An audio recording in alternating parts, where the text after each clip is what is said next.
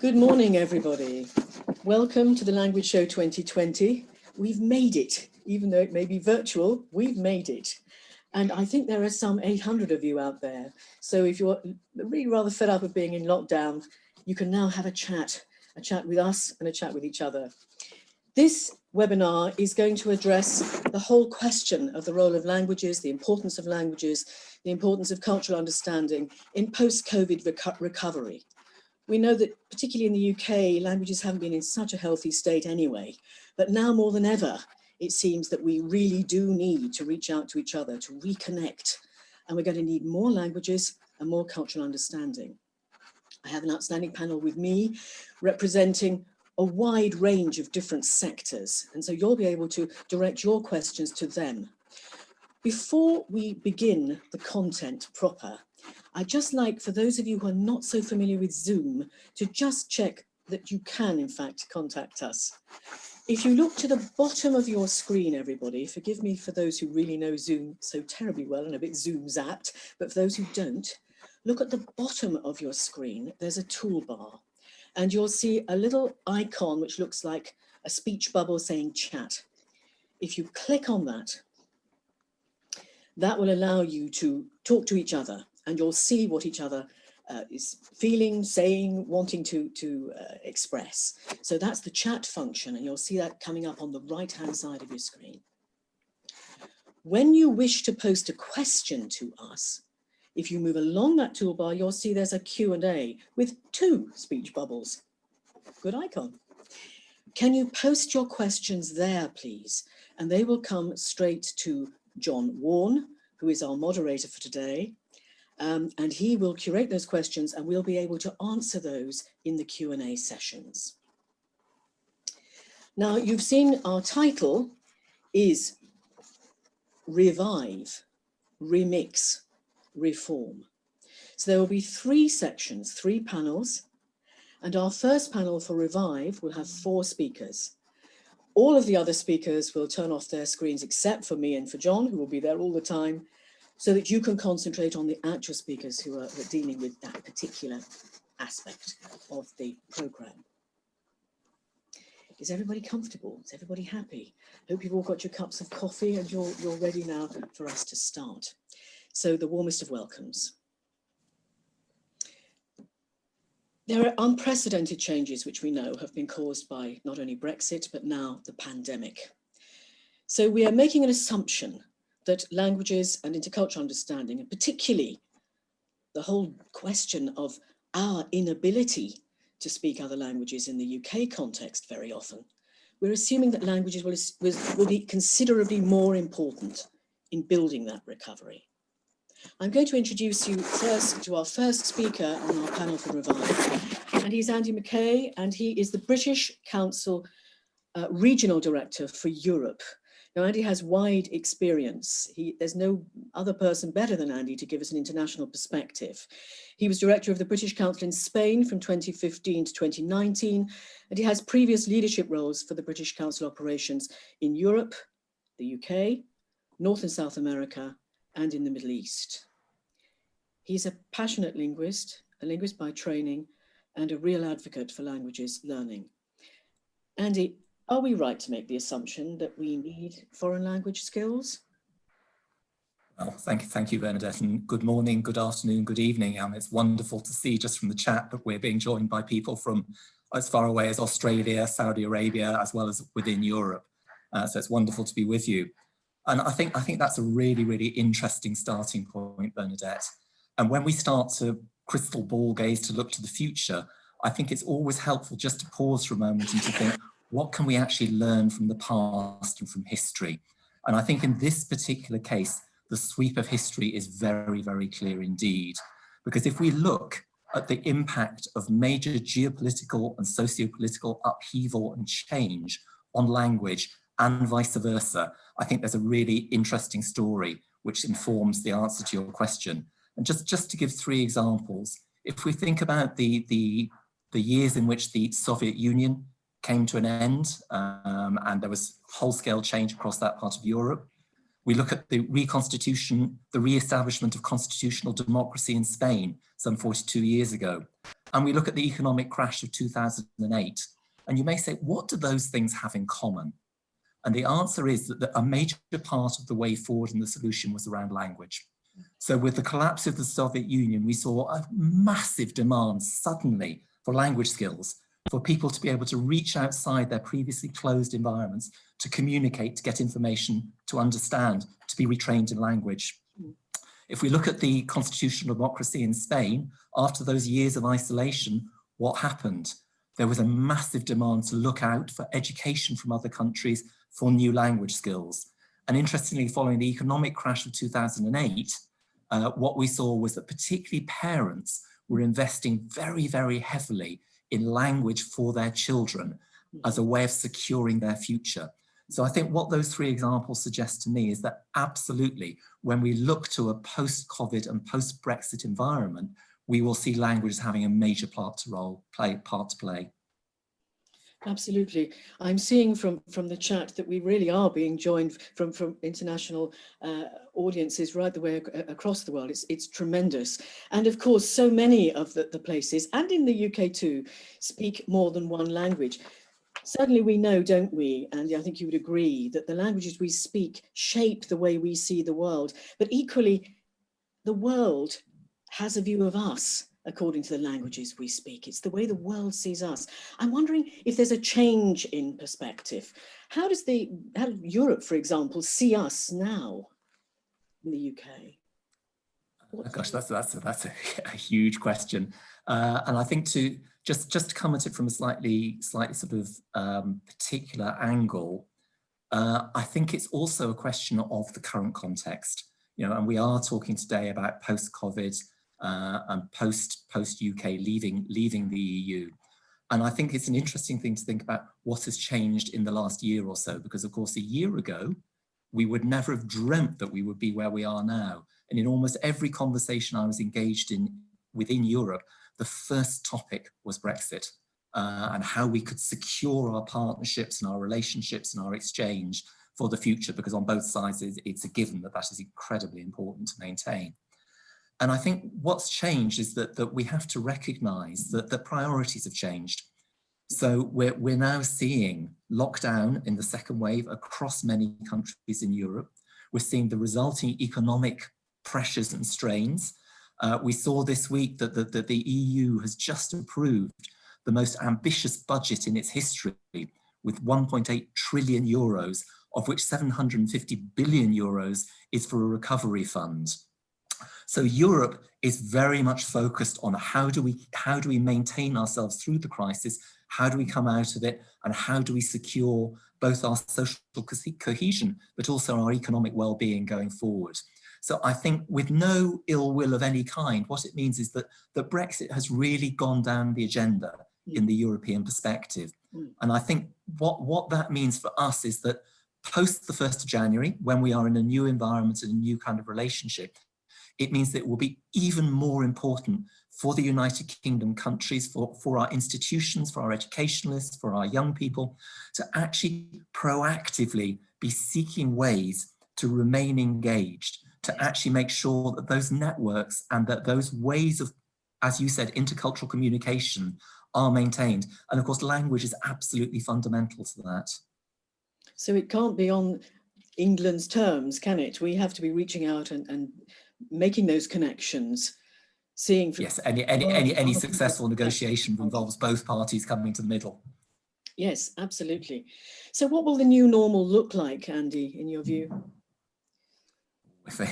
If I could say that with confidence, I'd be off somewhere earning an awful lot of money. Absolutely, absolutely. So the new normal. I mean, I think focusing on particularly on the audience of the British Council, which is around the coming generations and the people who are seeking to access their way into the global economy and sort of the global environment. I mean, I think. You talked at the beginning about our being Zoom fatigued, and I think that underlines one thing is that digital is going to be the default for so many things.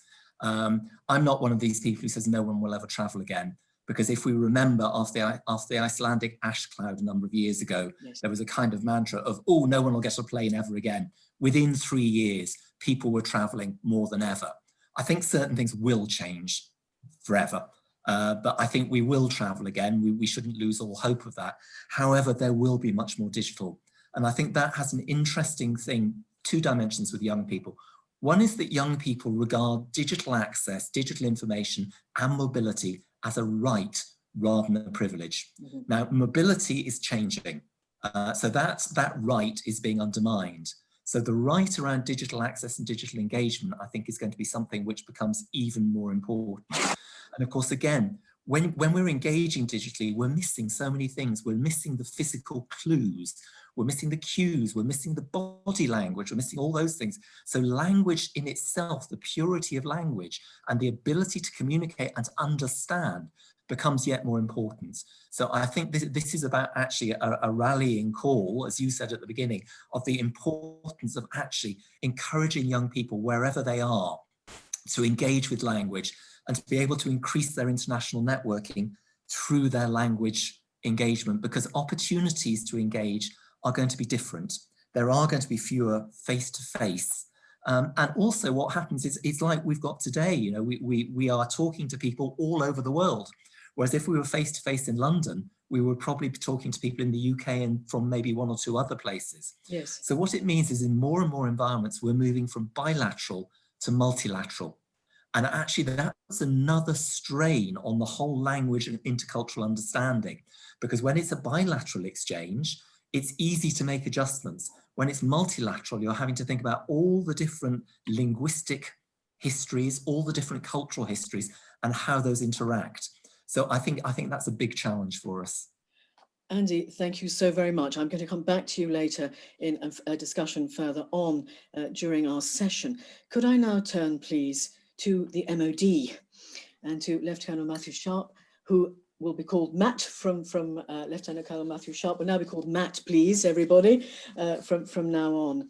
Now, Matt is a British Army officer who for 25 years has served in Bosnia, Kosovo, Iraq, and Afghanistan as well.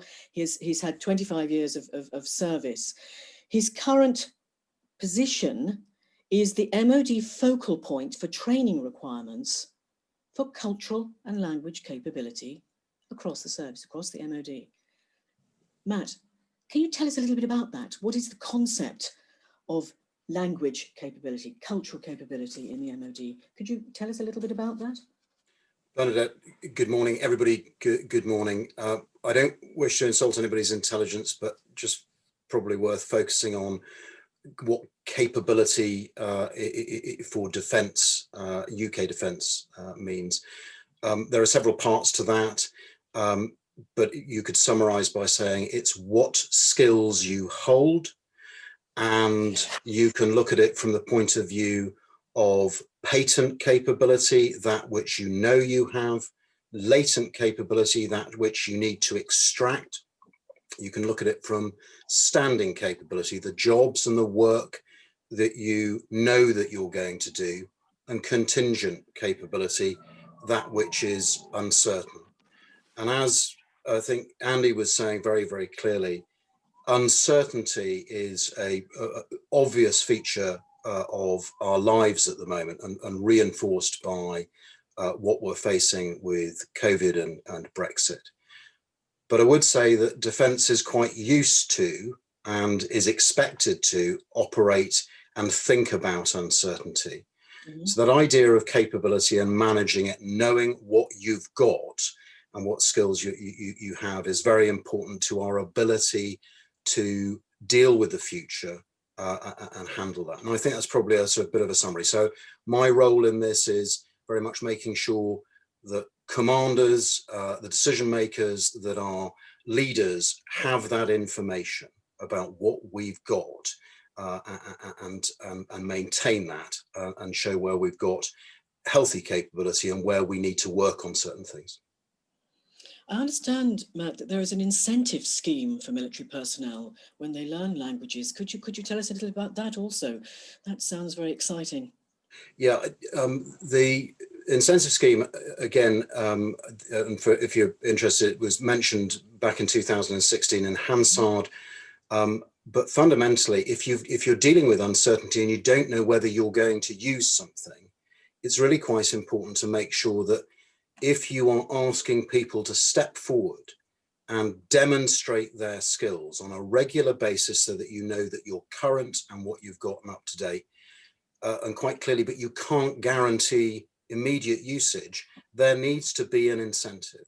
Mm-hmm. So financial incentives for within defence operate on the basis of sometimes from hundreds of pounds up to thousands of pounds, and that will relate to how challenging and difficult the language is, will relate to the priorities that defence is dealing with at the time, but it allows you to hold a reserve and get people to step forward and demonstrate their current skills on a rotating cycle.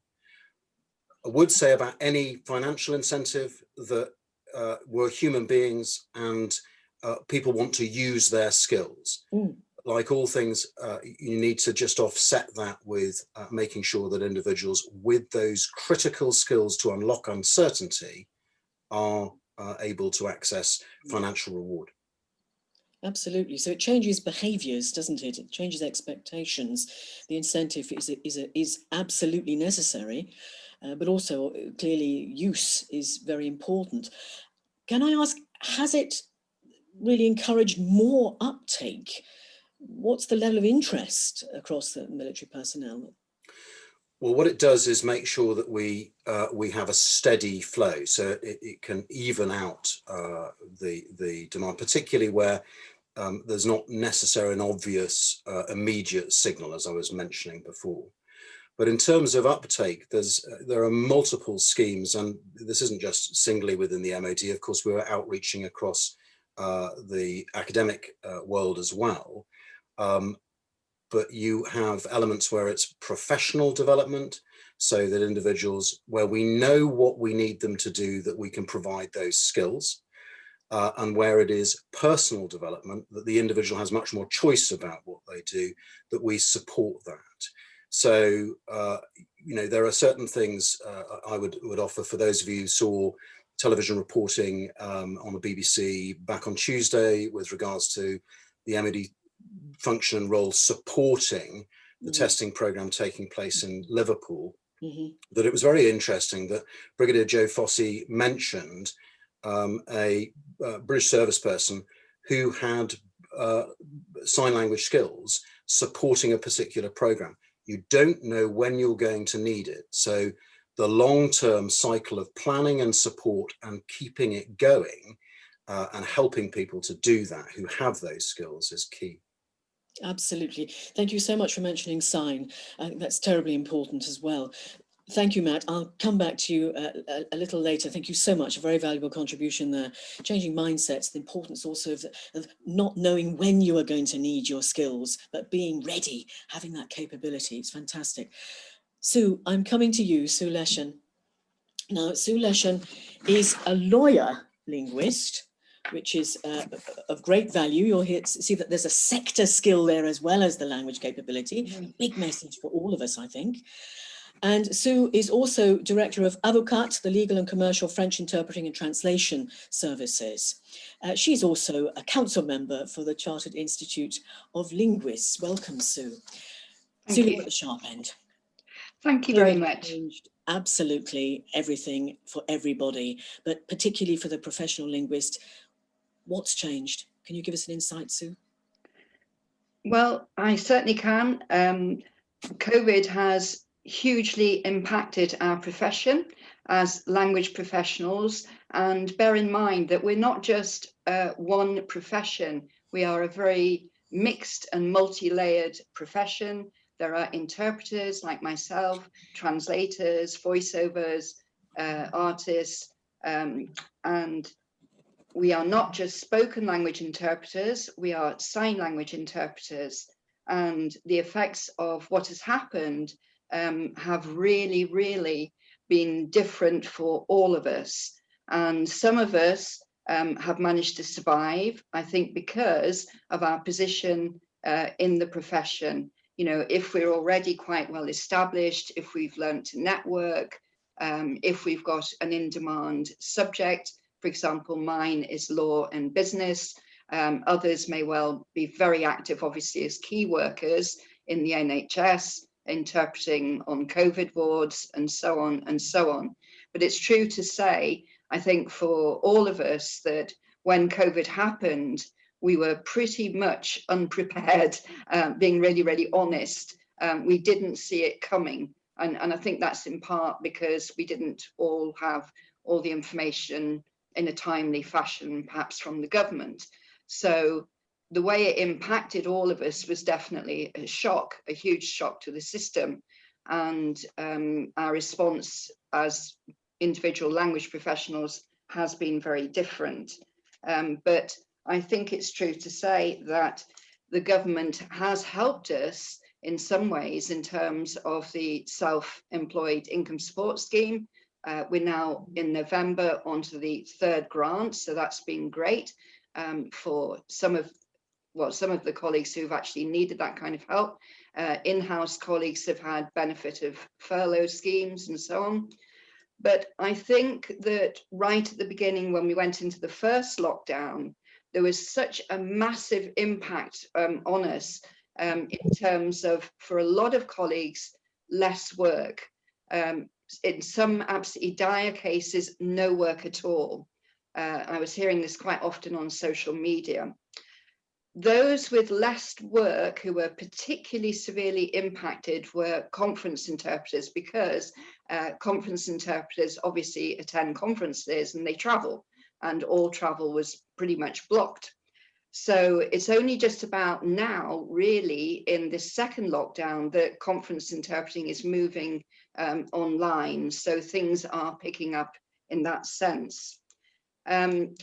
I think also translators were probably able to survive the first lockdown and probably will be able to survive the second lockdown easier than interpreters, because obviously they are used, and I as a translator as well, I'm used to working from home, and there is still a lot of material out there needing being translated, either for salaried work or for pro bono work. Of course, we've got a lot of translators interpreting pro bono for the kind of agencies who are working with minorities, asylum seekers, refugees, and so on, and they're helping to translate treatment leaflets explaining about COVID, and so on. Only yesterday, I actually attended an online conference with Glasgow University, and it was very, very interesting learning about working with asylum seekers and refugees in this current situation. So really, I think things are getting more positive now. Those of you who read the news reports in our industry, or I prefer to call it profession, from Slater and NIMSY, will see a shift from the first lockdown. In the first lockdown, the pie charts that they were showing, I can give you details later if anybody's interested in reading the reports. The pie charts were showing huge sectors of our profession with limited work supply coming in. Now, I'm happy to report, as from last week, the latest reports are showing a much better situation. So it's really important to bear that in mind, that things are picking up. And I think if you are in the right part, in the right segment of the profession, doing the right things, then you will survive. So can I ask you, we just heard, didn't we, about the really increased demand for cultural understanding when you're dealing in a remote context, when you're dealing with virtual communication. And it's those cultural perspectives which come through when you have more than one language, or we believe they do.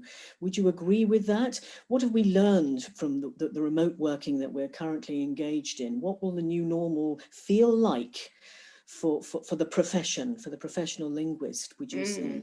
I think the new normal is already with us. It's happening every day that we're zoomed out. We're spending all our interpreting time virtually on Zoom.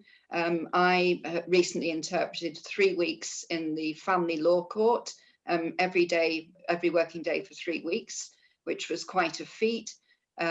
Next week, I'm interpreting in a business meeting to do with Indigenous peoples. And the following week, I'm interpreting in the sale of a convent. So this is the kind of new lifestyle. Previously, I would have gone in person to all those sorts of events. I think that it depends on who you are, whether or not you miss the traveling. I do to a large extent, because travel really broadens the mind, and also actually being present with your clients makes such a huge difference. When we're working remotely, it's very difficult to gauge body language, people's moods. You know, you can develop some sort of rapport, but it's very superficial. Sometimes audibility is not great, sometimes visibility is poor, and there are those kind of negatives. But on the other hand, thank goodness that we do have this ability to work remotely. We can work from home. We can continue to work. In fact, a lot of us are reporting that we are working harder now than we were before COVID.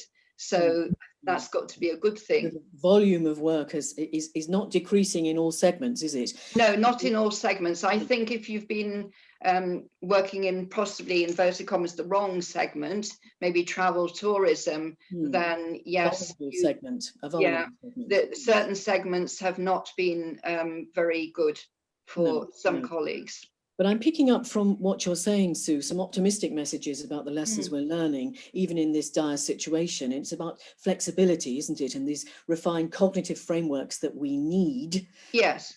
To be able to deal with I think remote working isn't ideal for many reasons, you know, screen fatigue all day, every day, and that kind of thing. And as I've mentioned, lack of rapport. But, you know, it keeps us working. And I think that we have learned some huge lessons as language professionals, that we have to be able to adapt. We have to be flexible.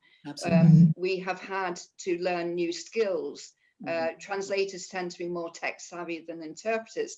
And many of us, myself included, have had to do a huge amount of brain work on becoming more and more tech savvy. We've had to learn how to interpret on the new interpreting platforms, on Interprify, Kudo, and there's lots and lots of them. And you know, go on courses and so on in order to achieve this. Thank you, Sue. I'm going to come back to you later, and we can develop that a little further. It's this need, therefore, to be cognitively flexible, culturally agile. I'm going to invite our next panelist, if I may, Sue, to build on those ideas. I'm delighted that to welcome Antonella, my friend and colleague, Professor Antonella Sorachi. Now, Antonella, you can blush away on the screen here. Antonella is a world-recognized authority in this field. She is founding director of Bilingualism Matters, and her work in the University of Edinburgh has really shown her to be a leading authority. She's published widely on bilingualism across the lifespan, and she brings together a range of different methodologies, different methods, from linguistics, experimental psychology, and the cognitive sciences. Antonella, the value added of being bilingual, over to you. Thank you very much, Bernadette. Good morning to everybody. So as a linguist and cognitive scientist who works on bilingualism in the brain, I'm going to give you a research perspective on the importance of speaking more than one language for our post-COVID future. So we all know that language skills are often undervalued in this country, and there is a certain amount of complacency in the UK that English is enough because of the strength, its perceived strength as an international language. And this is in addition to many misconceptions that still exist about what it means to be multilingual. Now, I'd like to argue on the basis of research that this privileged monolingualism of the UK is a real limitation, and that can undermine, the post-COVID recovery compared to other countries. So why? Language skills can not only bring benefits to individuals, business, culture, the economy, because obviously they enable people to communicate freely with partners around the globe in their languages, understand local cultures, prevent misunderstanding. I mean, maybe these points are obvious to most of us, but my arguments are based on the less obvious point of view of research on the linguistic and cognitive aspects of bilingualism. So this research shows that speaking more than one language, any languages, can have a series of cognitive advantages. So I'm going to briefly focus on 3 of these beneficial effects. First, people who learn and use more than one language have a better understanding of other people's perspective. So they can understand other people's point of view better. And this comes from many different aspects of bilingualism. Well, from the simple fact that of having 2 words for the same object, and this opens the mind in a fundamental way. It also comes from the experience of having to choose the right language depending on the person one talks to. So you have to adjust. And it comes from the fact that bilinguals are often bicultural.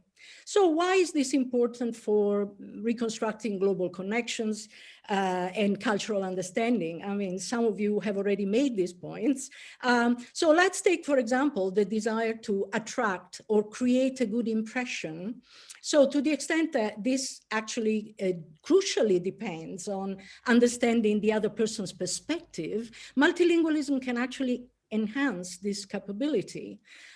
So I'd like to quote Philip Tetlock, when he says that bilingual individuals become quite good at determining which responses will fit with the expectations of others. So to the extent that cultural relations are a matter of mutual understanding, mutuality, the ability to appreciate how others see things from their point of view, well, this can be a very powerful means to exercise influence as well as attraction and mediating conflict.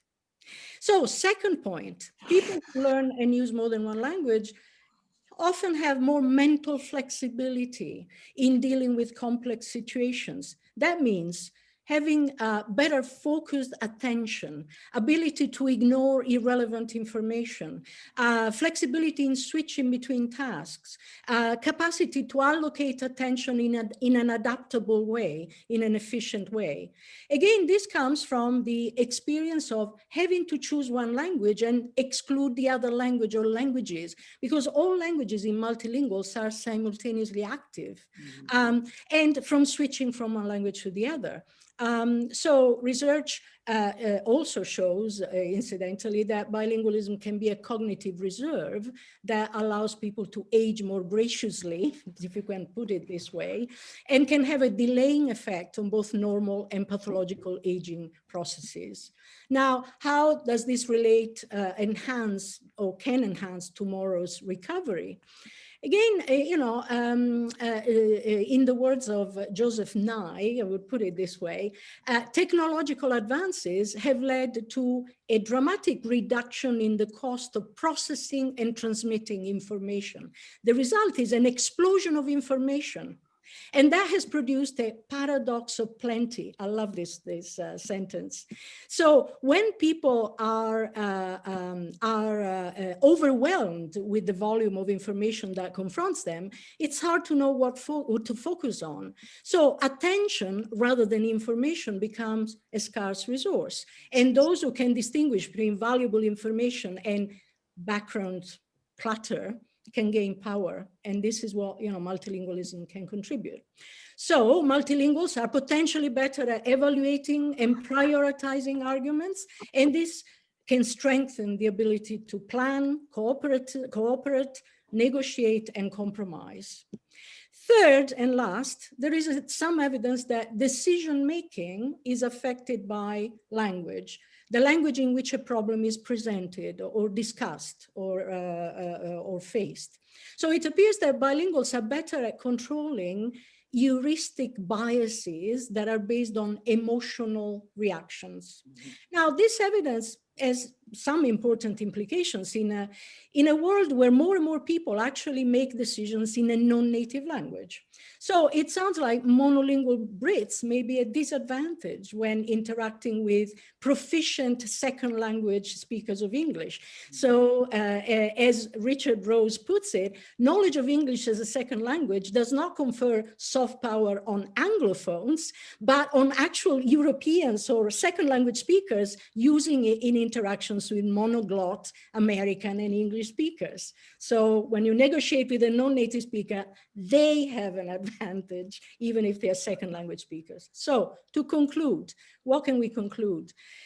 The post-COVID world, I think, can benefit enormously from multilingualism because a multilingual person can communicate better. The multilingual brain can potentially operate more effectively in terms of focusing, seeing both sides of an argument, flexibly adapted to changing circumstances. So multilingualism is an investment that can make this country more competitive, more influential, and a lot needs to be done to change public opinion. And if we want to move from privileged monolingualism to empowering multilingualism. So these positive effects, for one thing, are not automatically found in all multilinguals. It depends on many factors, including attitudes towards language learning and towards particular languages. And this is where the combination of Brexit and the pandemic is particularly bad at the moment, because it really creates negative attitudes. Languages are seen as not being priorities in post-lockdown schools compared to more important subjects. Parental comments that we often hear, include claims that languages, well, now this is little or no use to children now that we're leaving the EU. So in addition, we face increasing isolationism, xenophobic nationalism, and this brings back negative attitudes, as we know, towards other languages and their speakers. So I'm really concluding now, and I'd like to conclude with the words that the British Academy wrote in an important paper, a recent paper on the importance of languages. And I quote, "If the UK's citizens had stronger skills in languages other than English, this would help make the UK more prosperous, productive, influential, innovative, knowledgeable, culturally richer, more socially cohesive, and healthier." And my center, Bilingualism Matters, is contributing, hopefully, to this by bringing research to people, by making sure that people have enough information that they can make informed decisions about multilingualism in their children, in their students, in their patients, in their policies, in their companies. Thank you very much. Thank you very much, Antonella. A great deal to think about and really to address in terms of how the country changes its attitudes, how policies shift, how our behaviours change. Thank you so very much. And could I congratulate you also, Antonella is now a fellow of the British Academy, and we'd like to extend our congratulations to you, Antonella, in that respect. I'm going to introduce John now, our moderator, John Warne, who is the newly appointed CEO of the Chartered Institute of Linguists. John has been curating our questions in QA and reading our chat. Can I go to you, John? And keep those questions coming, everybody. Keep those comments coming, because we will try to address those in this next session, the Q&A session. Over to you, John. Thanks, Bernadette. So three themes really leaping out. One, which is around the schools context, how we can promote internationalism in schools, promote interest in languages. And we're going to come on to those themes in the next segment. So we'll perhaps pick those up there. A second one, which Sue, if I can just ask you to have a reflect on, and I'll come back to you in a moment, with stress, burnout, and the challenges that professionals are facing right now. Have you anything to say, just a short answer on what people can do to combat that from your experience? And then a specific one for you, Matt, if you're prepared to answer this one. What are the languages that MOD personnel are particularly tending to learn at the moment? What are the ones that they're most interested in, both professionally and personally? So could I start with you, Matt? Technology. I need to turn the mute button back off. Delighted, John. Yes, in terms of it's very broad is the pure answer. But what you wouldn't be surprised about is if we look at it purely from take up of programs and interest, I could then say on the personal development options, French and Spanish are still very strong. And it's unsurprising because for those in the audience who have your sort of output, and the young men and women who are leaving academia, will come to the world of employment and into MySpace and are carrying that forward. So French, Spanish still very strong. Of course, from my point of view, it's then you can see we're going to need to then spread and as Professor Antonella points out, that whole launch point. We're often looking at, if you've got those skills, how can we move that on to other skills and people learning further languages. So I think that shouldn't surprise you, but also I'd then say we need to remember that with a very diverse organization, we recruit in people from, and there was a particular foreign and Commonwealth increase in recruiting. So we're blessed by having individuals from different cultures already coming in. And it's then important to then make sure that those skills then don't go by the wayside. So I think I hope that sort of gives an indicator of the kind of focus, but it's very broad, is my general answer. Terrific. So Sue, is there anything you could advise professional linguists in terms of stress and burnout? Yes, I've been there. I think at the moment, the scope for being stressed and burnt out is actually higher because, as we've all said, we're living on Zoom and similar platforms all day, every day. Certainly interpreters are. And if you're another sort of language professional, for example, translator and so on, you're at home, you're probably even more stressed because you're not seeing people. So I think it's more important than ever actually now to network.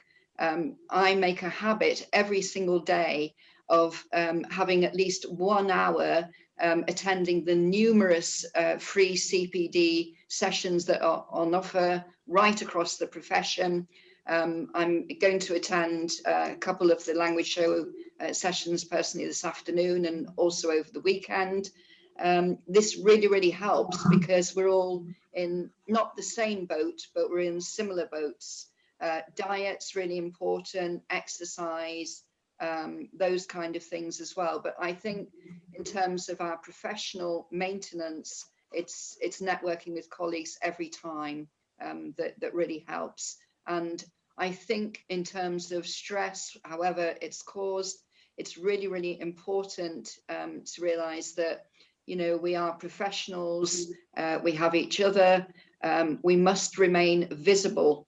I think a lot of stress actually is caused by various colleagues not being visible enough, and increasingly, and I say this to new starters in our profession all the time, don't just think, oh, it's not worth bothering. You've got to be more visible actually now than ever on social media. You've got to get yourself out there. Duvet days are not an option, really they're not. Great advice, thank you. Bernadette, back to you. Thank you very much, John. I'm going to now turn to our next segment, which is the whole question of shifting the optics. It's the remix. How do we come through this? How do we rebuild? How do we recover? It's the remix. So I'm going to turn now to Mark Pallis, who has recently joined Speak to the Future as an ambassador. Welcome, Mark. Thank you very much for coming forward to support Speak to the Future, the campaign to promote languages and cultures across the country. Now, Mark is a senior policy advisor in the Joint Biosecurity Centre for the UK, and he's a part-time author. He writes outstanding children's books, and he's also a TV producer. Mark, your personal take on this, shifting the optics, over to you. Thank you. I was going to say, first of all, salut, bonjour, marhaban, bonida to everybody. It's fantastic to be here. Thank you so much for having me. It's a real pleasure. I'm here in my personal capacity, and it's fantastically exciting to be able to join you. So yeah, thank you first of all, and forgive me. Some good news first of all. I know bad news is we're not focusing on that. So some good news was that the UK recently had launched its 4.8 million pound investment of the Centre for Languages Pedagogy, which is a fantastic thing that I've just been learning about, and it's going to be doing some amazing work. And so I was sort of focusing on my mind on some of the things that I really hope come out of that. I had three kind of points that I wanted to make, and this first one was what for me is a very simple but simultaneously very tricky question, which is, what is the point? What's the point of learning another language? And we all kind of know the answers, and Antonella gave a fantastically compelling case for what those answers should be, but practically speaking, it's a tough one to answer to parents or to schools who are sitting there saying, I'm never going to go to France, I don't like croissants, I don't want to order one. It's those kinds of questions. And so my own story was that my father's Greek. He came to the UK in 1960s, and like many other immigrants at the time, shifted his name from the very Greek Paniatopoulos to the mildly Greek sounding Palace. And the focus really was on integration. He was a doctor, people couldn't pronounce his name, he wanted to fit in. And so when it came to my brother and I learning Greek, it was not really a question. In the end, my mum used to drive us both to Brighton for Greek class, and it was a disaster. Just, sitting in the Brighton, in this airless room, trying to learn some Greek vocabulary, it never landed for me. And that's despite having Greek heritage, Greek relatives that I couldn't communicate with. It never sat with me. So at school, I then went on and did French and German. And again, I can just remember the sense of boredom sitting in the classroom trying to do a sign shout, défense de marcher sur la pelouse, all these kinds of things. But what really clicked it for me was when I was doing my A-levels. I carried on and I did A-level French. And we had some music. I had a Swiss friend who said, you have to listen to these two things. On the one side, Francis Cabrel. On the other side, this chap called MC Solar, who was a French rapper. And I said, give it a go.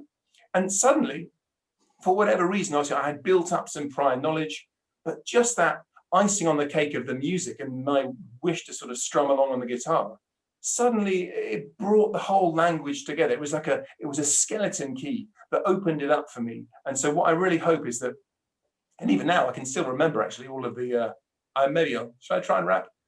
Naguère, quand j'étais en vogue, désormais on les a en place de parler digital. Anyway, a bit of that. That was 13 years old, or I was 15 years old. I can still, it's gone in that deep. So it was a skeleton key for me to be able to open up and really unlock the rest of the language in a way that really made it resonate. And so what I hope is that when we're asking those pedagogical questions about how it is that you teach language, we don't limit ourselves too much in terms of the best kind of methods, and we look more broadly, and we have an exam system that allows us to focus on how we can unlock stuff, whether it's through fashion or technology or sport or all these kinds of different things we've got at our disposal now through technology, different ways of getting in and unlocking it for students. And it's going to be different for everybody. The second thing I wanted to say was that average is also awesome. Being not very good at a language, I think, is just as important as being proficient and fluent enough to be a translator. I want to ask ourselves, what are we doing about someone who does GCSE and they only get a C or a D or something like that? How do we make that still a really positive experience for them going forward? 4 or 5 now, but yes, we get you. 5, yeah, 5. And so I really want that. And so from my point of view, I really felt strongly that a little bit of language goes a very long way. And so I reminded myself when I was 18, I went to do some teaching in Uganda. We had to introduce ourselves to our fellow Ugandan colleagues, and we were all standing there very formally saying, hello, my name's Sarah, I'm from Humberside, And then I said, well, come on, we've got to get this a bit going. So I checked with a friend about how to say a little phrase, and I stood up and I said, Olyocha Mukamawandi, greetings, my esteemed colleagues. And suddenly everybody was laughing, and we just that little bit of sense of a click and connection brought it out and really just started us on a better footing. I carried it on a bit later. I set up a legal aid clinic in Cairo to help refugees from around the world who were seeking asylum in Egypt. And one of the challenges I had was to really engage with people in a short space of time and build some rapport, especially when there was no shared language. And so one of the things I made a point of doing was to try to learn a few words in whatever language they were coming from. So let's say it was a Sierra Leonean client, they would come in and I'd say to them, "Audibody," and they would look at me a bit aghast, but they'd reply, "Audibody, fine." And then I'd sort of say, "Oh, I know Sabi talk Creole, fine, fine." And then we'd have a little laugh, but somehow that little basis of a shared experience was enough to just sort of relieve a bit of the tension and get us on the ground for really building a positive rapport. And that's one of the things I tried to do with my lockdown project. Thank you for mentioning about being an author, but I wanted to try to get even younger kids to have some of that sense of excitement about language. So I wrote these books called The Fabulous Lost and Found, and they're very definitely not big teaching things going to get you to pass an exam. What they do is they teach a little child up to about 3 or 4 or 5 how to say, "I've lost my hat." Now, it's not a particularly useful phrase, and I doubt that anyone's ever going to use it in their life. But the reason that I focused on it and I wanted to be exciting about it was there's a magic to that emotion that you feel where if a child goes up to a native speaker and says to them, "J'ai perdu mon chapeau," or something, just to see the other person's face light up and to have that kind of shared laughter, it builds this basis of understanding what it's like to engage with somebody in their own language, which takes me to my third point about shifting the optic. Now, I mentioned at the beginning that there was this center that's been set up with this 4.89 million government grant. Simultaneously, though, there's another center that's been set up, and it's got £100 million of investment, but it's also for a language, but that language is spoken by fewer people than Kinyarwanda. Now, what is this language? We're all saying, well, Python, which is the main language of coding, has somehow captured the imagination. So we have the UK's got £100 million investment in coding in schools.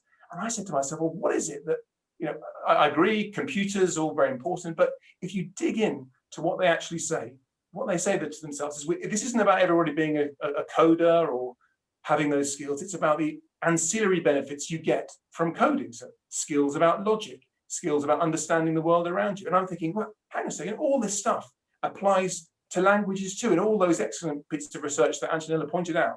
And so somehow we've got to do not a better job, but we need to really focus on this broader question of bringing people in with a new way of looking at language and really focusing on all those other benefits, so that even if you only get this a low grade, or even if you just do it for a while, there must be other ways around it. Whether it's shifting the focus from grammar. I learned Italian with only Michel Thomas. I've never studied any grammar at all, but it's got me through to be able to chat with family and friends. And so somehow, whether it's new ways of teaching, new ways of examining, I just think that if we broadened it out and really ask ourselves these fundamental questions and not be afraid to think about it in a new way, we'd get some exciting results. As I'm excited to work with you and everybody else to figure out how we can do that. Thank you so much, Mark. Thank you so much. You see, you are the living example of the challenges, actually, and how you come through them. Because we have to inspire young people to carry on with language learning, because they're not imposed. It's not imposed upon them to learn. It's not imposed, as you know, as a statutory subject in this country. English is in a different position across the world, but young people are given a choice, sometimes at 13, sometimes at 14, to just opt out, and they do. Fortunately, there was a little bit of a shift, which hasn't been reported, because, good news doesn't travel, it would seem, as readily as bad news. But in 2019, we had an increase in GCSEs in French and Spanish. Great news. Let's hope it carries on going that way. Motivation. Thank you so much, Mark. I'm going to turn now to Flight Sergeant Gemma Slaughter, back to the MOD again. Gemma is an Arabist, and she's also a Pashto linguist. She learned these languages in the MOD. She's got over 16 years of service in the RAF, and she currently supports UK service personnel who are going through the foreign language training at the Defence Academy in the United Kingdom. Gemma's so well positioned to talk also about lived experience of languages in the MOD. So Gemma, I'm going to come to you and ask you to tell us a little bit about your role, how you got to do that role, and how it all works for you. Good morning, Bernadette. Thank you very much. Good morning, everybody. Yes, I'm an intelligence analyst linguist in the Royal Air Force. And having just listened to Mark, actually, this is a perfect time to give a bit of a contrasting story about how languages can be used, because not everybody is proficient in the same skill sets. I joined the Air Force in general on a bit of a whim. And so I wasn't too fussed about which trade I went into, but you get a few preferences when you apply, and my top one was nursing, and then I picked a couple of others. Nursing was closed at the time, and we don't always need to recruit for every trade. And the guy in the AFCO talked me out of the other two, so the Armed Forces Careers Office, and said, oh, we really need linguists, would you mind doing this? Because he noticed that I did Spanish GCSE, and I did very well, but I got the same kind of grades in everything. And languages was never something that really stood out to me as something that I would be particularly good at. It never crossed my mind that I could have it as my primary role for my career. But I was very flexible, so I said, sure. And I didn't even notice it on the jobs list when I was looking for my preferences. There are over 60 trades in the Air Force. And at the time it was called Intelligence Analyst Voice. So maybe that didn't jump out as being quite what it was. And I think if I had have noticed it, I would have assumed, as many people do, that you need to be fluent in a useful language already, and that simply isn't the case. I just had GCSE Spanish when I joined up, and the Air Force trained me from scratch in both Arabic and Pashto. Later down the line, I went back to do that. So the guy in the careers office said that to me because we've been a traditionally hard to recruit trade, partly because people don't tend to think of languages as a job that they would go into, but also because of the sensitivities surrounding the role in particular. So what I actually do for my primary role is translate communications for the purposes of force protection. I've never used speaking actually for my job in 16 years. There are jobs available if people want to apply for those, but personally, I'm a perfectionist when it comes to grammar, and it affects my fluency, and I really don't enjoy the speaking part of the job, although I love languages and the puzzle of using my passive skills to extract information. Mm-hmm. This is a huge message for us, Gemma. It's I have always maintained, as a linguist involved in developing language policy over many years, that all four domains, all four major skills are very important. They absolutely are. It's not just about speaking and listening, is it? It's certainly about reading and writing. Thank you so much for raising that. Gemma, you work in outreach. I know that you've been very successful in getting the message across and motivating young children to carry on with languages, and also presumably to join the military. Tell us a little bit about that experience, if you would.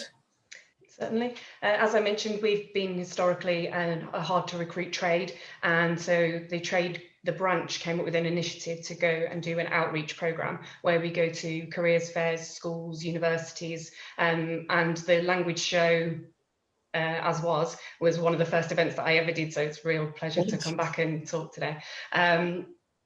It's great to be around a load of like-minded people. So we started the outreach program, and when word got around, the thing that we now most commonly are asked to do, and I'm talking kind of pre-COVID because I haven't done an event since February, but I've been doing it for the last 4.5 years, is to go into schools before pupils choose their GCSE options to try and encourage them to take languages, because there had been that drop off. And as I didn't, most of them have never heard of our trade, don't know that you can work in this kind of area with languages in the military. So I absolutely love going out to schools and talking about my job and encouraging people to continue with languages. The first event I ever did, I was kind of dropped in at the deep end, where I thought I was just going to talk about my job and do a bit of Arabic and Pashto activities. And 5 minutes before the start, I was told I was actually leading an assembly for several hundred boys in a grammar school. And so I got my phone out, started frantically Googling statistics to do with employability in languages. And one of the things that jumped out at me, I believe it was easily 4 years ago now, but I believe it was the Institute of Business Management that said of the skills they're looking for in people to employ, number one is IT, and I'm sure we would all agree that that's vital. And the second one was an additional language, because in this world of globalization and multinational corporations, people want to expand into different markets, and it's so much easier if you can have even that really low level chat that Mark was just talking about. Just a little phrase at the start and just to break the ice makes such a difference. If you can then go on to have meetings in an additional language, that's a real door opener. Absolutely. Have you in active service ever resorted to your language capability, the capability, cultural capability, language capability that Matt was talking about earlier, Lieutenant Colonel Sharp? I have, yes. As a career linguist, sorry? Could you tell us a little about that? You want to share that? Thank you.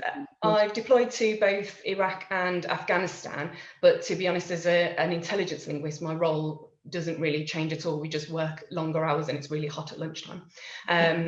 But there have been a couple of situations which have arisen where I wasn't necessarily required to use my language, but it's been really useful. The first example I always, and this is one I always talk about in schools, when I was in Iraq, we had some locally employed civilians who would help with different tasks around the base, and in the building in which I worked, they would restock the water fridges and do cleaning and things like that. But there were certain areas, because of the sensitivities of the job, where they weren't allowed to go unescorted. So all of us had this duty that we rolled through where we would escort the locally employed civilians. And one morning I went to report for this duty, and there was a young soldier, female soldier, who was giving a locally employed civilian quite the dressing down because he'd been eating his breakfast at work. And of course they are employees and you still have to follow rules, and that's not okay. So she was doing what she believed to be the correct course of action. But as I stood outside of the hut where the LECs waited to go and do the jobs, I heard him telling his friends in Iraqi dialect Arabic that his young baby was in hospital, and he'd been at the hospital all night and had come straight to work from there, and that's why he was eating his breakfast at work.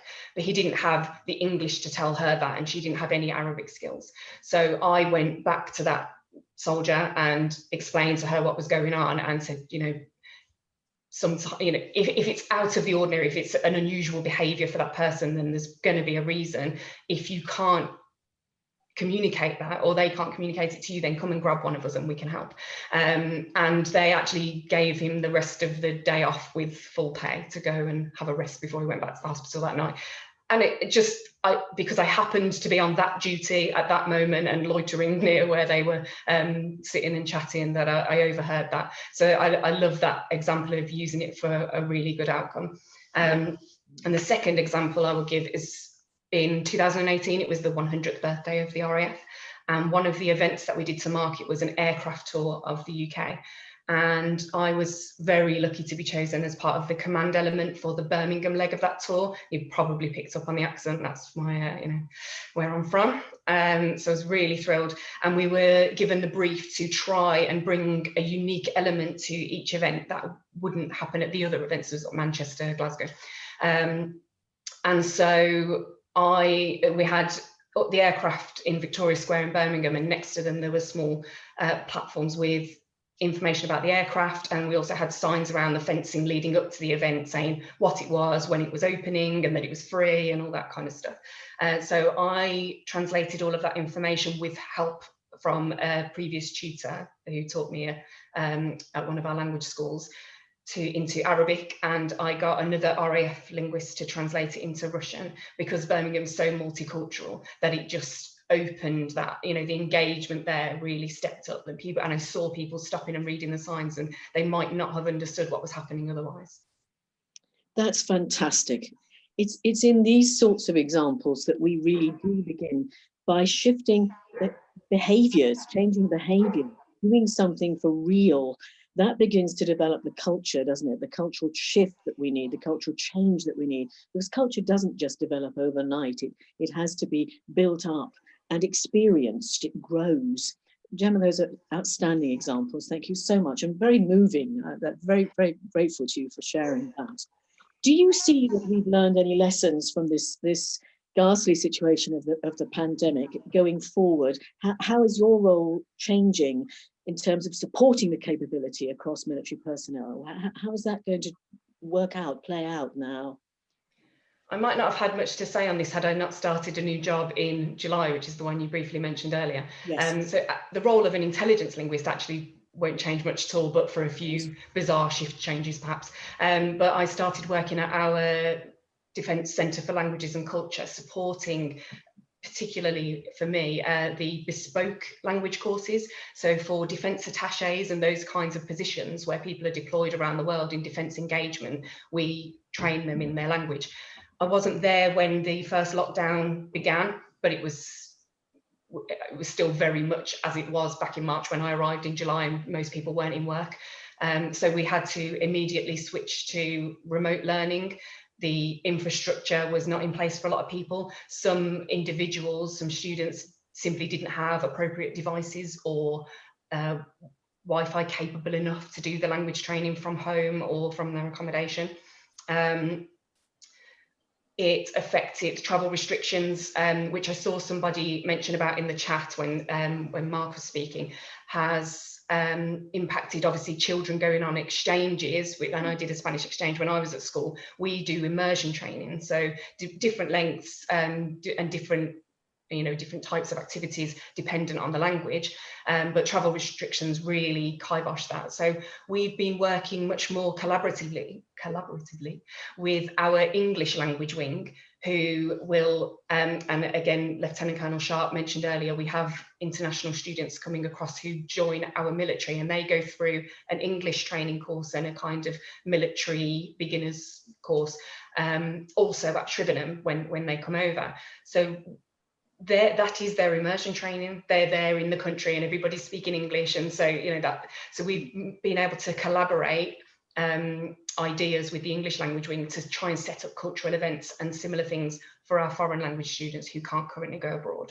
I think, yeah. So with the remote learning side, for me, I think that's incredibly positive, because in the future, if people have perhaps childcare issues, or they maybe go overseas and get stuck there because the rules change about quarantine and things while they're away, that we can still deliver language training. So actually it's given us a continuity, and it's made it much more robust to be able to deliver language training across the board in future. Thank you so much, Gemma. Thank you so much. Very, very inspiring. And I can see from the comments that people are really very moved and very grateful for the input that you've given. Thank you so much. I'm going to continue this theme, if I may, please, and introduce our next speaker, who is Nick Chambers. Nick, are you with us? We haven't got you. Ah, there you are. Nick is CEO of Education and Employers, and he's going to talk to us about the way business is linking into schools and inspiring young people to see the value, to recognize the value of the languages they speak and the languages they're learning. Nick, over to you. Tell us a little bit about Inspiring the Future. Yeah, delighted to be with you today. I'm going to split my talk into two halves, one about research and the other about practical action. Thank you. But I'm going to focus on some of the comments that have been coming through on the chat about how we inspire the young people about the importance of languages. And I'm just listening to Mark and Gemma, two brilliant practical examples. If you're a teacher and bringing either of those into your school, you could just see how inspiring that would be. When I say research, we've spent about 8 years looking at what influences young people in their career choices, both from a primary age and a secondary age. We started off in secondary, where we found there's a big disconnect between what kids aspired to and where the jobs were, and we did a report called Disconnected.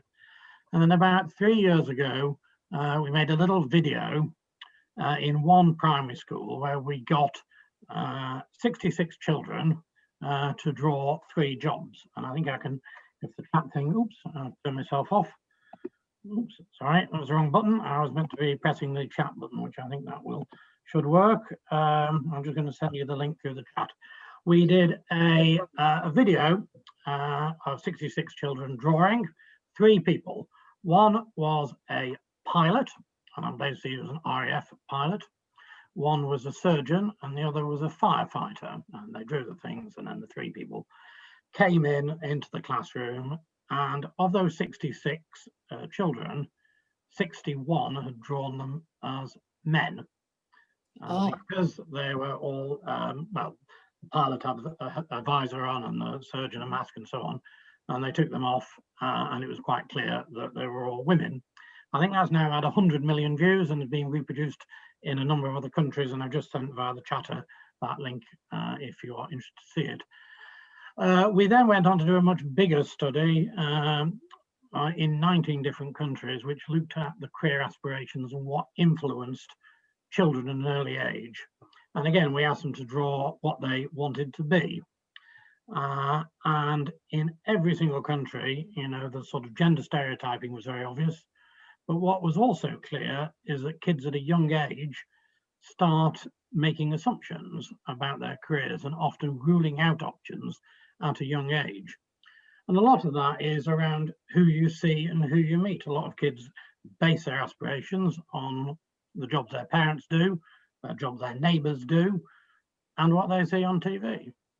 And, you know, from our research at 8, 9, you know, kids already think, well, I can't do that because I'm this background, I'm that sort of person, and that doesn't excite me. And they start losing interest in certain sorts of learning. And again, I'll send you a link to that. The top job for girls in nearly every single country was a teacher. And that's probably because A, teachers are really inspirational, and B, they tend to see most teachers in primary schools tend to be female. Let me just see if the technology works, and I can then send you the link to this. If I can talk and copy and text at the same time. Let me just see if this does work. There we go. And for boys, it was a sports star, not surprisingly. And as I say, with the exception of Iceland, which is the only the country rated top for gender equality by WEF, all of them drew different jobs for men and women. Anyway, the point of this is that actually who you see, who you meet has a real big influence on what you do. And I know that a little bit from my own experience. During COVID, I've been shopping for an elderly couple who are isolating and have been for 6 months. And they give me a shopping list. So I have to go to the supermarket, and I have to go to bits of the supermarket I have never been to before. So I've now become an expert on all matters of different sort of cakes. You imagine how many cakes there are, how many varieties. And they send me a list, and I have to go down and all sorts of air fresheners and all sorts of tinned products and instant soups and so on. And because it forces me to go to the supermarket and look at different sections I've never looked at, I think, oh, I never knew that was here. And it's been there every time I've ever been to the supermarket, and I just walk past it. And it's just because you get into a routine, and I think kids are like that. And someone says, well, look at the job, you know, Gemma was doing. You know, let's actually expose kids to those sort of experiences. Kids just sort of stick to what they know. So we think that's really important to start at an early age, inspiring kids. So about 6 years ago, we started a program called Inspiring the Future. A very simple idea. And this gets people to volunteer to go into schools and talk to young people. And our research underpins the fact this has real impact on motivation attainment. We were very keen to promote the importance of languages, and I know we've worked with a number of people on this call for a number of years. And so we got people to volunteer if they use a language at work. And we've had over 4,000 people in the UK indicate that. I think they've got a pull down menu of 20 different languages. So it's a bit like online shopping or online dating, if you like. You go in, you fill in your profile, and then teachers can go in and they can search for volunteers. It's a really easy way of finding volunteers. I think in the UK, we've got about 60,000 people signed up, and it's now running in a number of other countries. Our model was all about people going in schools, and you know, which is great until March of this year. So what we've done is we've, over the last few months, developed online ways of people interacting. So we keep the interactivity, which is really important, where people go in and the children ask questions about people's jobs, who they are in the backgrounds. You know, and everyone on this call will have a fascinating tale to tell. Completely, they all have different journeys, different things they've done. But for young people, whether you're young on this call or, you know, towards retirement, you know, those stories for young people are really exciting. People want to know, you know, where you started off, what your first job was. Did you go to college? Have you changed career? Have you had a family, not had a family? All those sort of things kids find fascinating. And it's a way of them beginning to relate their learning. And our thing is, if you can excite kids about subjects, they'll be more motivated, and if they're more motivated, they'll do better. But like the supermarket experience, you know, if you've never experienced that, how would you get excited? How would that light bulb moment come on if you hadn't heard a Gemma remark or any of the other speakers who were on earlier? If you hadn't heard any of those, just came in and talked to you and thought, you know, I never thought I could do that job. I always thought women weren't in the RAF, or I never thought people in the RAF did that, or whatever preconceptions that we all have about people and the jobs they do. And so we invented this interactive way. And what that actually has meant is, in the past, volunteers used to go into schools near where they live and work. So, you know, we have lots of volunteers, you know, from certain sectors in certain areas, and in other areas less so. But it now means that any school in the UK can access any of our volunteers anywhere in the country. And we're also now looking to open up that around the world. So I was interested to see Mark talking about Uganda. We've got some schools in Uganda who are desperate to hear from somebody different from them. And, you know, someone like Mark talking to them would be a fantastic experience. So we're beginning to look at how we can connect globally to give young people experiences of the world of work. And I'll send a link to that now. Bernadette, I'm probably out of time. I know I'm sort of the last one. We're coming up to You finished on exactly the right note, Nick. Thank you so much. And I can see from chat that people are very excited by this prospect. Inspiring the Future, it's really established. And what's wonderful is that something out of a negative has turned so positive. So with the remote connections, we can establish greater international reach. And as you say, Nick, instead of it being a particular sector happens to have a base near a particular set of schools and in a distinct region, that doesn't matter anymore. We can transcend borders, we can reach out, and young people can hear different voices from different people's experiences, different sectors, wherever they are. And that's tremendously inspiring. Thank you so much, Nick. I'm going to go back to John, because I think John has been curating our questions again. Can we have everybody on, full panel, please? And we'll take some questions from our attendees. Thank you so very, very much. People have been having to go, I can see, because they haven't been able to spend longer than an hour or so, but we still have around 200 people still with us, so that's fantastic. Keep those questions coming, keep those comments coming, please. Keep connected. John. Well, I think the good news is, Bernadette, we're keeping on top of them in the chat function. So there's been quite a few that have come through. So perhaps we can continue to do that and see if more come through as we go. Okay, absolutely. If we've answered your questions already, fine. I'm sure there are more questions to be had. So as I say, do keep that connection coming in, and do write in both chat and in the QA features. Let's move on to this whole question of reform. Mark mentioned earlier, yes, there are investments in this country. Clearly, more investments in the technological side than in the pedagogic and language side. Interesting. I just made that little insight there for everybody. However, we have got research and development going on, but the big messages are surely that all of the reforms that happened under the previous Secretary of State, Michael Gove, happened pre-COVID and in a sense pre-Brexit as well. So what do we now need to prioritise? How do we go forward in terms of education, but also beyond education in terms of societal change? What do we need to reform? So we're not just focusing on classrooms, everybody. We're thinking about societal change, sectoral change, changes in attitudes in civil society. So think broadly. I'm going to turn to Andy again, if I may. Andy, we need different skill sets. We recognize that language skills are important. We also recognize these other characteristics, if you like, which can be developed. These competencies that can be developed through bilingualism are equally important. The cultural agility, the flexibility, the multiple perspectives.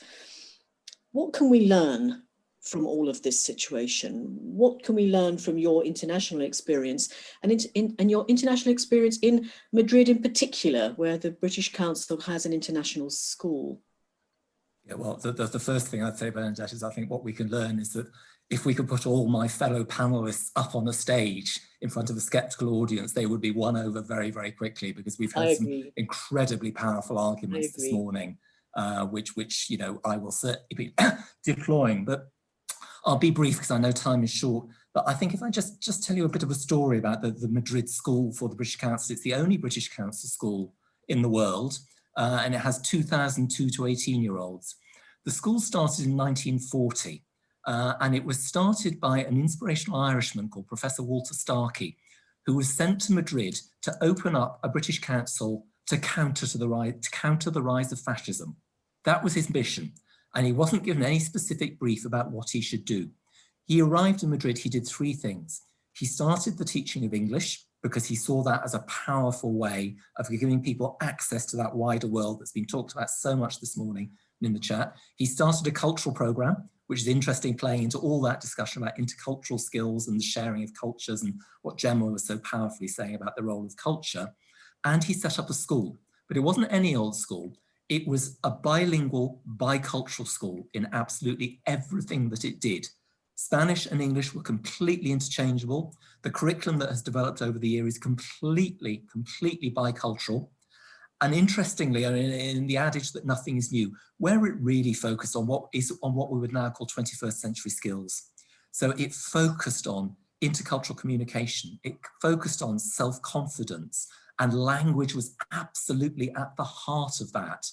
And we see now that the young people coming out of that school, who are truly remarkable, who go on to study around the world, to work around the world, and who demonstrate that having built that understanding and awareness not only helps them in their career, but also helps them to engage internationally. So I think there you have a powerful argument for the potency of bilingual education.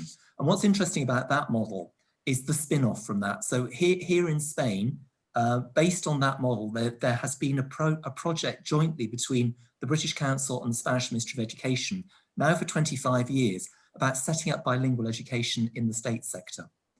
That project now reaches 45,000 young Spaniards every year in the state sector who are in socioeconomically disadvantaged areas of Spain. And that was a deliberate decision to focus it on those children who would have less natural access to language and skills. And it really does provide a model of how that CLIL, content and language integrated learning model, can be so powerful in helping people to develop not just the language skills, but the broader skills that we need. And that model from Spain, interestingly, is now one that's looked at across Europe. And Antonella will know much better than me, but there are now 7 countries in Europe which have bilingual programs in the public sector. There are 13 countries and regions across Europe, including Spain, who are working in CLIL. And I think those figures speak for themselves. And I think the power of what's come through in the chat as well, around people wanting that broader kind of sweep of this isn't just about language, this is about all that goes with language and the benefits that derive from that. So I think where it takes us is that the future of bilingual education is at the heart of helping those coming generations really be able to cope with the changed environment we're facing. Yes, I would agree with you wholeheartedly. Under the one of the previous governments, so before this government, before the coalition, the Labour administration, we had a great focus on content and language integrated learning, and there were projects and initiatives which supported content and language integrated learning within the UK. This has rather diminished, I have to say, in terms of policy priorities. That's a fact, not a feeling, but a fact. So interesting. I think you're right we have a broader, don't we, a broader set of skills that we need to develop. And when we can use language for a purpose, when we grow through language, when we construct knowledge, co-construct knowledge in more than one language, it prepares us better to face the challenges of the 21st century. They are the 21st century skills. I'm going to expand, if I may, into the wider societal factors before we return to a discussion around the future and this reimagining of the world post-COVID. Could I invite you, John, please, to give your perspectives on how we support the profession, how we support languages in civil society? So just a short point, Bernadette. I think when it comes to professional linguists, and we've talked about this a lot, there's sometimes a confidence and a recognition problem for language professionals. So absent a clear framework, linguists themselves and the people who want to use their skills and services can sometimes be a little bit unsure of how good they really are. And this week I've been interviewing people for our annual CIOL Awards. So here you have people with outstanding language skills by any measure, translators and interpreters of the highest standard, and yet all of them said they had real self-doubt. So one of the things that came out from that was that they weren't getting the work that they could have been getting, and they certainly weren't getting the recognition that they could have been getting. Okay. And also, you know, we're sensing a lack of confidence. So what's true for the top of the profession, I think, is true all the way up. So people who could be using their languages for their careers, for their own benefit and for the benefit of their employers, often don't, because they're just not sure how good they are. And the tragedy here, of course, is that, as Gemma tells us, it's by using your languages that you actually improve them. So I know we both think, Bernadette, that we need a framework, almost a ladder, if you like, a languages ladder, which encourages people to use and improve their languages in their work and in their lives, and would kind of complement the prism of GCSE, A-level and degree, and give us a way of thinking about the use and the value, the practical value of language skills alongside the academic value. And Gemma and the MOD, I think, are a perfect example of the opportunity that's out there for people when they combine language skills with their professional skills, and backed by a clear framework for languages, which the MOD has. I shared it in the chat. And also with an employer that's proactive and positive about languages, as the MOD is. So I think a proper framework would really help people at all levels to build confidence and also the competence that the UK needs, and we do need both. Yes, we do. And it comes, doesn't it, John, not just within the professions. So it's not just a question of something alternative in terms of applied languages for schools, for universities, and clearly professional qualifications, but it's also about the general public. Languages spoken in our communities which aren't taught in mainstream schools, but are taught, not in all cases, but in many cases in supplementary education. Those wonderful people who are very often volunteers teaching those languages also reach out for accreditation, and they can't get it through the, if you like, narrow confines of what is Ofqual regulated. They need something else. So it's recognition of language capability, recognition also of those who are, for example, working as interpreters because they happen to speak a language, working with asylum seekers, working with people who really have no access to mainstream qualifications, but could be supported by a framework of competence which allows them ways into the profession. I wonder if you have anything to add to that, Sue, about your experience of this. Yes, thank you. I'm going on from what John's just been saying. I really do believe that we need far greater recognition of the lack of professionally qualified interpreters and translators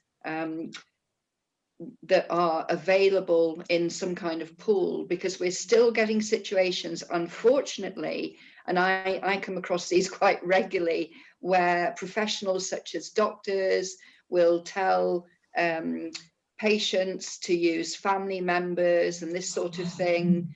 Sometimes they will even instruct us as professional interpreters to tell patients, when you go home, find somebody who can translate this into English for you, doesn't really matter who, but you know, this is all about their treatment or about their operation, or it could be lawyers doing this. I come across this as well.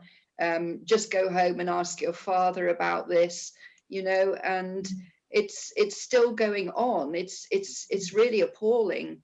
And I think the other side of the coin from wanting more recognition of professional interpreters and translators is that I think we as professional interpreters and translators seek and are still seeking protection of title. We want to have some kind of statutory recognition of our roles. There is a huge difference between using, you know, professional interpreters, for example, and those who are not. I quite regularly go and attend court and so on, and do QA, quality assurance monitoring in the public services, and I am frankly appalled quite often by what I see. What I would like to say is that it would be really great if anybody is interested in becoming a professional interpreter and or translator, come along to the CIOL, Chartered Institute of Linguists conference, which is next year. Well, I say come along, it's going to be online actually, 12th and 13th. Join, connect. Yeah, come and connect with us. Also, please feel free, if you are a member of Chartered Institute of Linguists, to make use of our mentoring scheme and find out all about how to be a professional interpreter and translator and so on. Find all the details on the website. What else was I going to say? I just think it's really important that we push professionalism, especially in a climate, political climate like we have at the moment, which is actually seeking to deprofessionalize not just our profession, but others such as teachers and so on, at the expense of our clients. Yes, it has to be said, Sue, doesn't it? But I think what we now must focus on is what is within our power to change. What we can actually take on, how we can work together, what influence we can exert for the future to build better, stronger societies. I think everybody this afternoon, well, it is now this afternoon, has talked about the importance of languages and cultural understanding to every aspect of our lives. I don't think there's any doubt about that. I know I'm talking to like-minded people, but there really isn't any doubt about that. And yet that message is still not being conveyed. The priority is still not being given. The recognition is still not in place. So we have a real effort. We have to really address all of this with as much influence as we can to make those changes. And it is changes in behaviours. It's not just what we say, it's what we can demonstrate, which has been so powerfully illustrated by Matt and by Gemma and other panelists in the way we show that languages make that qualitative difference, can transform our lives. And I think that's incredibly important. I'm going to come to all of you. Just giving you a little word of warning. I'm going to ask you to think, if you will, of one major change, one area of reform that you would recommend that could make a difference. Who would like to start that? Shall I come to Antonella? Thank you, Bernadette. Yes, I don't have the magic recipe, of course, but we think that already equipping people with the right kind of information is important. Yes. Because people know very little about bilingualism, about language learning. I would like to connect to a point that was just made, I can't remember by whom, about the lack of self-confidence and about, you know, how to motivate young people in bilingual programs, but also in language learning in schools. This is something that we notice unfortunately, quite often that, first of all, you know, languages, even in bilingual programs or programs that are entirely taught in another language. So in Scotland, we have Gaelic medium education, for example. Everything is taught in Gaelic. And of course, you know, children become very competent in Gaelic, but Gaelic somehow is not part of their lives. You know, what matters really is English. And so Gaelic is regarded as an academic, as a school subject that, you know, no negative attitudes about the fact that it's not part of their lives, I think matters a lot. So we should actually try to work with young people, as many of you already said, by making them, you know, by making sure that languages are not just a school subject, you know, it becomes part of their lives. And if they come from another language background, you know, their languages are valued because they have, you know, a potential advantage over monolinguals already, an advantage that is not valued. And just to conclude, I think that, you know, equipping people with information also means equipping teachers about how young people learn, because young people learn in different ways depending on how old they are. So, you know, a 5-year-old doesn't learn, you know, in the same way as a 10-year-old or Indeed. a 14-year-old, because there are lots of changes that happen in the brain that have nothing to do with language itself, but, you know, obviously create a context in which languages can be taught and learned in different ways. So this is very important. And in my impression is that is not enough part of the regular training that that teachers get. So this is you know, one of our aims. You know, obviously, you know, we're not trying to do anybody's jobs, but we're trying to equip, you know, people in different fields and in different professions with enough tools coming from research that might actually make their job better and equip young people with knowledge of language that actually is part of their lives rather than something that is, you know, alien. Yes. Lack of Lives confidence is something lives in the that, classroom. Yes. yeah, lack of Absolutely. confidence, I must say, is much more serious in this country. I have experience of many other countries, but in this country, you know, you hear a 10-year-old, you know, who can tell you, I'm rubbish at languages, Yes. or, you know, I mean, you know, much more than in other countries. So there must be a reason. That's very important. Thank you, Antonella. It's the narrative. I mean, I alluded a little earlier to the fact that, you know, we did have an increase in French and Spanish uptake at GCSE. I know that's not a major national shift, but it was there, not celebrated. Because the narrative is, we're not good at it. We're failing. Numbers are slipping down and down. We've got to have the counter narrative. This is important. This is the value added. This is what it does for you. Don't opt out, opt in. And that's really important. I'm going to come to you, if I may, Matt. What would you like to see changing? Bernadette, thanks. I'll try and be brief, but again, one of the themes that's then come out today, I'm reminded of something a senior colleague had said to me and a group of other people, which I found quite inspiring. I think really applies and you know, what you know, Antonella's just been saying, certainly what Mark was then talking about earlier on, what Gemma's been talking about, is the officer concerned stood up in front of us and said, don't forget, we're the people we've been waiting for. And I'm a bit of a believer in that idea of then saying, you know, make sure that we remember just how much influence that we've got, and the challenges, and again, I speak from perhaps the point of view of looking at the defence sector, is we know very well, and I think, you know, the audience will understand this, of what happens when the narrative that we're talking about is going the other way, because actually it's not just a narrative amongst, we're not just talking about narratives amongst you know, sort of the you know, young people within the UK. The narratives out there in the world, when we don't understand them, when people start becoming disenfranchised, when their identity is being lost, and that we can't reach across into that space, is an area I'm very familiar with. So I think, hanging on to that sense, but you asked about what it would be if, sort of I had wore the crown, as it were, in terms of things.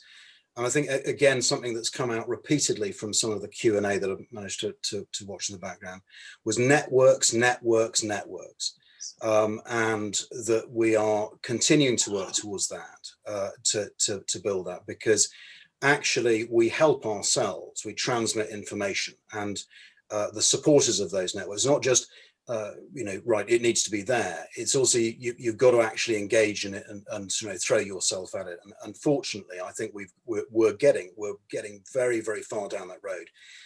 COVID, Brexit, whatever, the uncertainty being generated. One of the things that we're all going through at the moment is there is something I think is referred to as a forcing function of this environment we're operating in. And what I've seen amongst the language teaching staff I sort of have the privilege of working with, is that rapid learning, the rapid changing, how people are picking, and I'm sure this is true of many out in the audience, is the forcing function has taken place, and we won't be going back.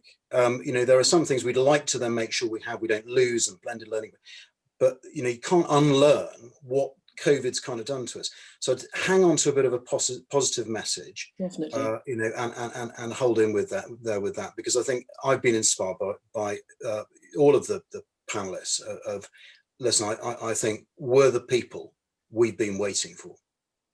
Oh, thank you very much, Matt. I'm going to hold on to that phrase, a cherished phrase. Thank you so much. I'm going to turn to Andy. Andy, what would you change? If you had very, very simple, Bernadette. Well, it's not simple to achieve, it's simple to say, but just from the power of what we've heard this morning and the power of the stories that have been told in the chat, it is a multilateral commitment to ensure that every single school-aged child has some international experience of some kind during their school years, to awaken that passion for networks, for language, and all those other things. Yes, I totally agree.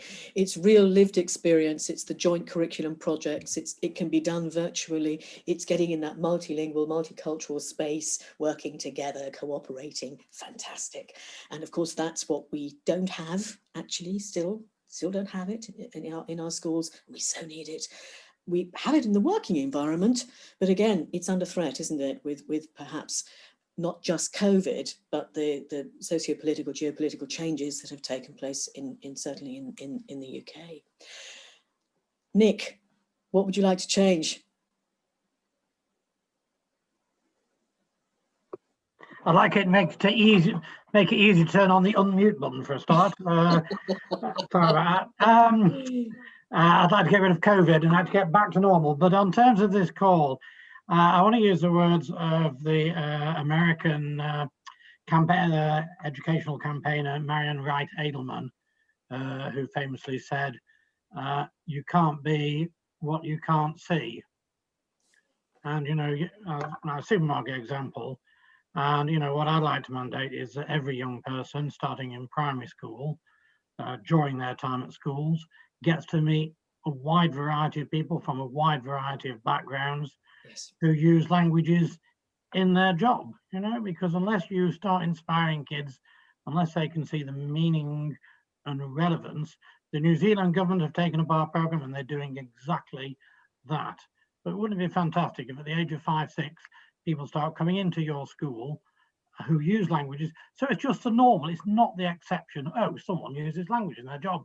It just becomes something you're used to. So it's Absolutely. not just who your parents are, where you live, what sort of school you go to, but actually every day it's surrounding you. Exactly. I think that's another wonderful, wonderful message, isn't it?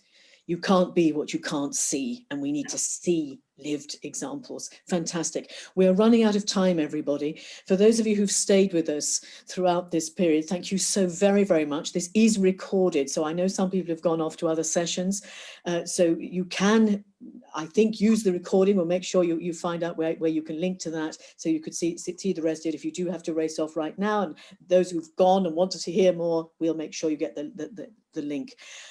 Some people haven't had a chance. You have 1 minute to just give that headline. Gemma.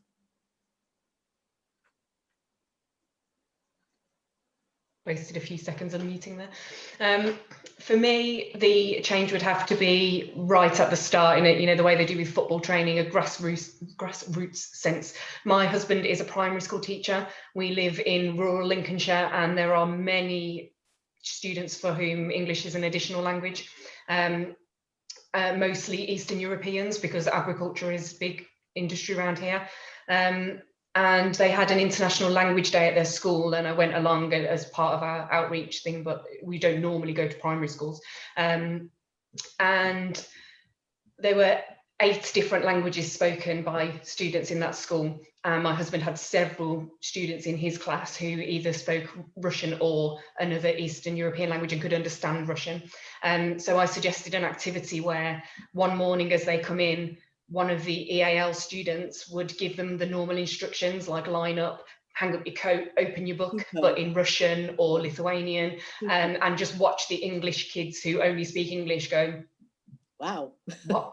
And then to put themselves in those other children's shoes. There were also teachers who used to say things like, oh, that kid's rude and he's ignorant, he doesn't follow instructions, he doesn't understand what you're saying. So just breaking down those barriers at the earliest opportunity. And I don't mean necessarily learning another language at that age, but incorporating it and being inclusive of all of the different languages in each school. As the new normal. Sorry to interrupt you, Gemma. Absolutely, yeah. And I think that from listening to everybody this morning, I've realised that I'm actually not really that passionate about languages. I'm passionate about connecting with other human beings, and language and culture education is how we do that. Thank you. Thank you so much, Gemma. We are running out of time, everybody. So I'm going to, forgive me, I'm just going to have to formally close the session. I'm so sorry. But we will be collating and curating all of the chat and the questions, and we will try to come back to you with a blog or an article somewhere on our websites. You know who we are. Please don't stop believing in the value of languages and cultures. Keep demonstrating, be the people who show the way. We are the people that we've been waiting for. Let's demonstrate that. Thank you so much for sticking with us. Keep safe, keep connected, keep the faith. Thank you.